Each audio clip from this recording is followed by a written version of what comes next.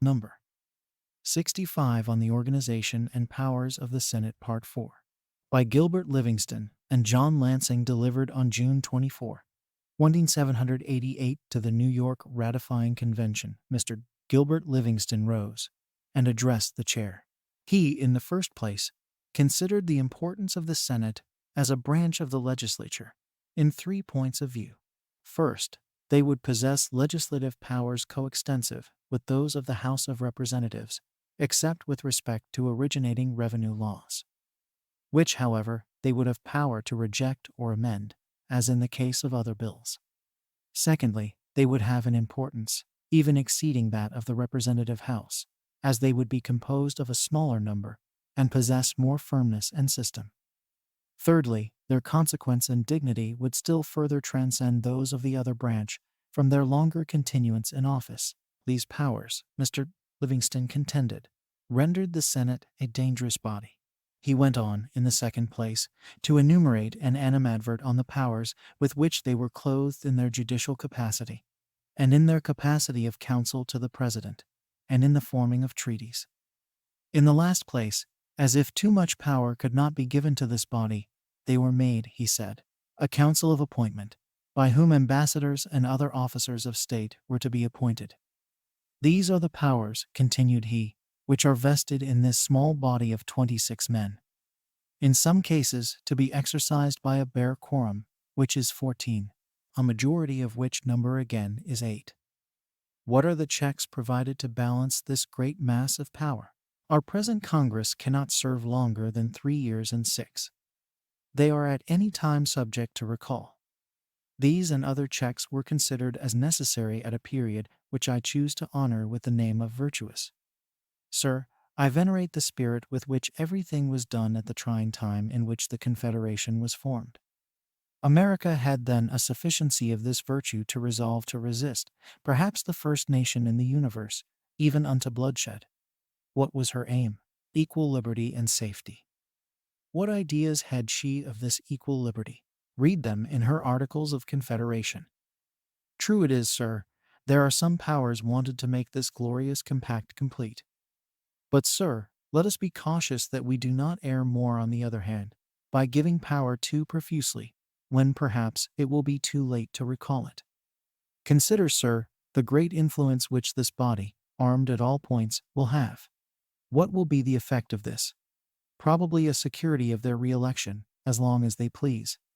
Indeed, in my view, it will amount nearly to an appointment for life. What will be their situation in a federal town? Hallowed ground. Nothing so unclean as state laws to enter there, surrounded, as they will be, by an impenetrable wall of adamant and gold, the wealth of the whole country flowing into it. Here a member, who did not fully understand, called out to know what wall the gentleman meant. On which be turned, and replied, a wall of gold of adamant, which will flow in from all parts of the continent. At which flowing metaphor, a great laugh in the house. The gentleman continued, their attention to their various business will probably require their constant attendance. In this Eden will they reside with their families, distant from the observation of the people. In such a situation, men are apt to forget their dependence, lose their sympathy, and contract selfish habits. Factions are apt to be formed. If the body becomes permanent, the senators will associate only with men of their own class, and thus become strangers to the condition of the common people. They should not only return, and be obliged to live with the people, but return to their former rank of citizenship, both to revive their sense of dependence, and to gain a knowledge of the country.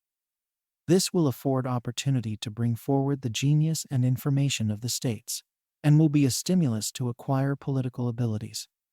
It will be the means of diffusing a more general knowledge of the measures and spirit of the administration.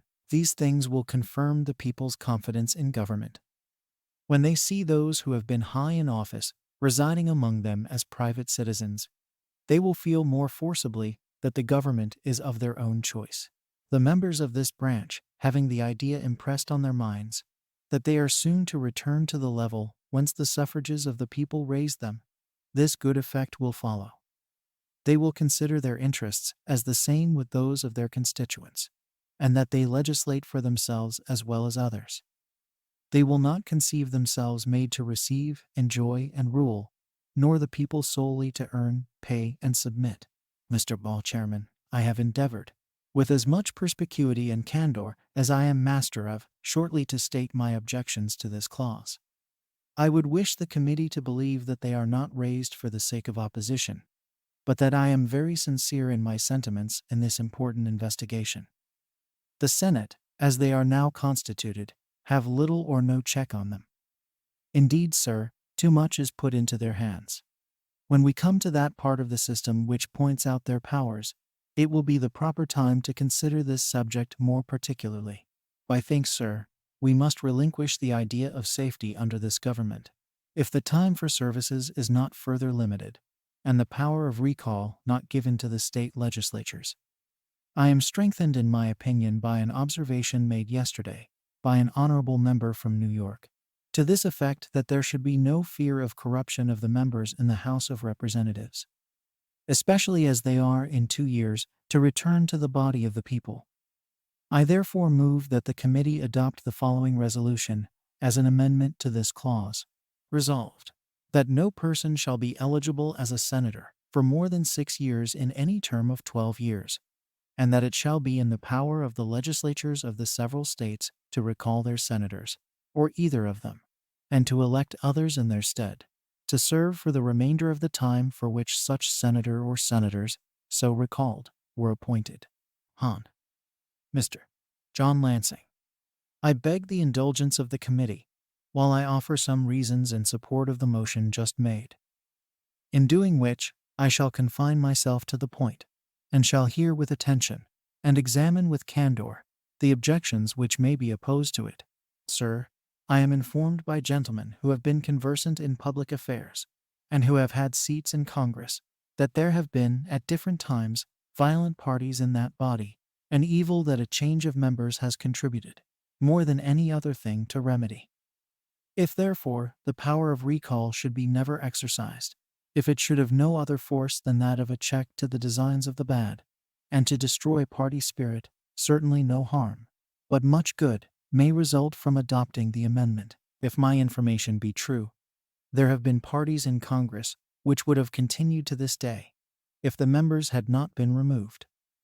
No inconvenience can follow from placing the powers of the Senate on such a foundation as to make them feel their dependence. It is only a check calculated to make them more attentive to the objects for which they were appointed. Sir, I would ask, is there no danger that the members of the Senate will sacrifice the interest of their state to their own private views? Every man in the United States ought to look with anxious concern to that body. Their number is so exceedingly small that they may easily feel their interests distinct from those of the community. This smallness of number also renders them subject to a variety of accidents that may be of the highest disadvantage if one of the members is sick, or if one or both are prevented occasionally from attending, who are to take care of the interests of their state. Sir, we have frequently observed that deputies have been appointed for certain purposes, who have not punctually attended to them when it was necessary. Their private concerns may often require their presence at home. In what manner is this evil to be corrected? The amendment provides a remedy. It is the only thing which can give the states a control over the Senate. It will be said, there is a power in Congress to compel the attendance of absent members. But will the members from the other states be solicitous to compel such attendance, except to answer some particular view, or promote some interest of their own? If it be the object of the senators to protect the sovereignty of their several states, and if, at any time, it be the design of the other states to make encroachments on the sovereignty of any one state, will it be for their interest to compel the members from this state to attend, in order to oppose and check them? This would be strange policy indeed. Sir, it is true there have been no instances of the success of corruption under the old Confederation, and may not this be attributed to the power of recall, which has existed from its first formation? It has operated effectually, though silently. It has never been exercised because no great occasion has offered. The power has by no means proved a discouragement to individuals in serving their country. A seat in Congress has always been considered a distinguished honor and a favorite object of ambition. I believe no public station has been sought with more avidity. If this power has existed for so many years, and through so many scenes of difficulty and danger, without being exerted, may it not be rationally presumed that it never will be put in execution, unless the indispensable interest of a state shall require it? I am perfectly convinced that, in many emergencies, mutual concessions are necessary and proper, and that, in some instances, the smaller interests of the states should be sacrificed to great national objects. But when a delegate makes such sacrifices as tend to political destruction, or to reduce sovereignty to subordination, his state ought to have the power of defeating his design and reverting to the people. It is observed that the appropriation of money is not in the power of the Senate alone. But, sir, the exercise of certain powers, which constitutionally and necessarily involve the disposal of money, belongs to the Senate. They have, therefore, a right of disposing of the property of the United States. If the Senate declare war, the lower house must furnish the supplies. It is further objected to this amendment that it will restrain the people from choosing those who are most deserving of their suffrages, and will thus be an abridgment of their rights. I cannot suppose this last inference naturally follows. The rights of the people will be best supported by checking, at a certain point, the current of popular favor, and preventing the establishment of an influence which may leave to elections little more than the form of freedom. The Constitution of this state says that no man shall hold the office of sheriff or coroner beyond a certain period. Does any one imagine that the rights of the people are infringed by this provision? The gentlemen, in their reasoning on the subject of corruption, seem to set aside experience, and to consider the Americans as exempt from the common vices and frailties of human nature. It is unnecessary to particularize the numerous ways in which public bodies are accessible to corruption. The poison always finds a channel, and never wants an object. Scruples would be impertinent, arguments would be in vain, checks would be useless, if we were certain our rulers would be good men. But for the virtuous government is not instituted. Its object is to restrain and punish vice. And all free constitutions are for with two views: to deter the governed from crime, and the governors from tyranny.